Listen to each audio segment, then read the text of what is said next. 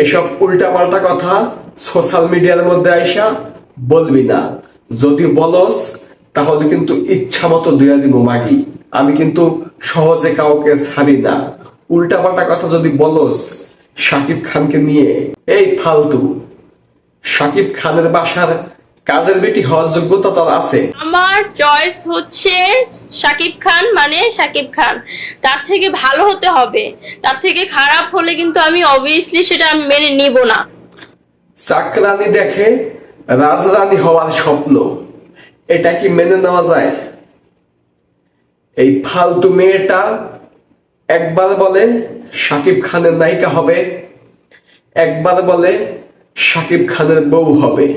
এদের মতো কিছু ফালতু বস্তা পচা থার্ড ক্লাস মেয়েদের জন্য মিডিয়ার মেয়েদের বদনাম হয়। এরা হচ্ছে 1 নম্বর বস্তা পচা থার্ড ক্লাস মার্কা মেয়ে। এদের জামাই আছে, একে দিয়ে ব্যবসা করায়, বুঝছেন? এদের জামাইও একটা ফালতু, এই মেয়েটাও একটা ফালতু। এই মেয়েটা জামাই এই মেয়েটাকে দিয়ে বিভিন্ন অপকর্ম করে বেড়ায়, বিভিন্ন জায়গায় পাঠায়, আর বইলা দেয় এখানে যাইয়া এটা বলবা, ওইখানে যাইয়া এটা বলবা, এখানে যাইয়া এমন বাসন ভঙ্গি দিবা। মানে কিভাবে আবল তাবল কথা বইলা উল্টা পাল্টা বাসন ভঙ্গি দিয়া ভাইরাল হওয়া যায় সেই চিন্তা ভাবনা করে। অনেক কিছু করছে, অনেক ভাবে এই মেয়েটা এবং মেয়েটা জামাই অনেক ভাবে ট্রাই করছে ভাইরাল হওয়ার জন্যে, কোনোভাবেই ভাইরাল হইতে পারে না। সকল ধরনের পদ্ধতি ব্যবহার করার পরেও তারা ব্যর্থ হয়েছে। কাপড় খুলে, মাজা বের করে, প্যাট বের করে বিভিন্ন ভাবে ভিডিও করছে, সবভাবেই ব্যর্থ, ভাইরাল হইতে পারে না। অবশেষে তারা শাকিব খানকে বেছে নিয়েছে। এখন কিন্তু তারা সফল, এখন কিন্তু তাদেরকে সকলেই চেনে। কারণ এই ফালতু মেয়েটা বেশ কিছুদিন আগে সিনেপ্লেক্সে যাইয়া তুফান সিনেমার সময় অনেক উল্টাপাল্টা আবল তাবল কথা বলছিল। তখন থেকেই আমি এই মেয়েটাকে চিনি। তারপর এই মেয়েটার একটু ব্যাকগ্রাউন্ড ঘাইটা দেখলাম যে আগে কোথায় ছিল, কি করছে।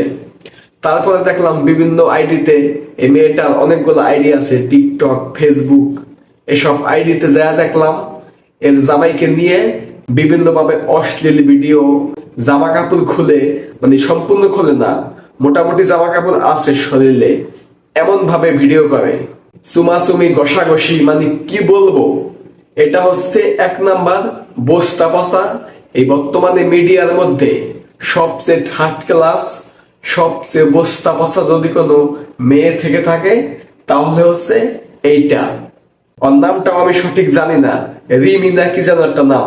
যাই হোক, এই সমস্ত ফালতু বস্তা পচার নাম জানার কোনো দরকার নাই। আবার বলে শাকিব খানের থেকে ভালো দরকার। এই ফালতু, শাকিব খানের বাসার কাজের বেটি হওয়ার যোগ্যতা তোর আছে?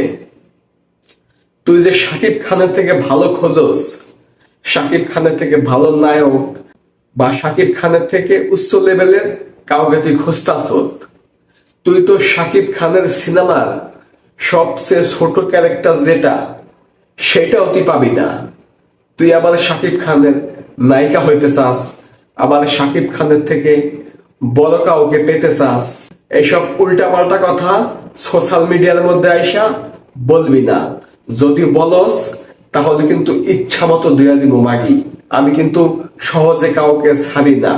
উল্টাপাল্টা কথা যদি বলস শাকিব খানকে নিয়ে, আমি আকাশ কিন্তু আছি তোদেরকে সাবান ছাড়া কসলাইয়া ধুয়ে দেওয়ার জন্য, কিন্তু আমি আছি।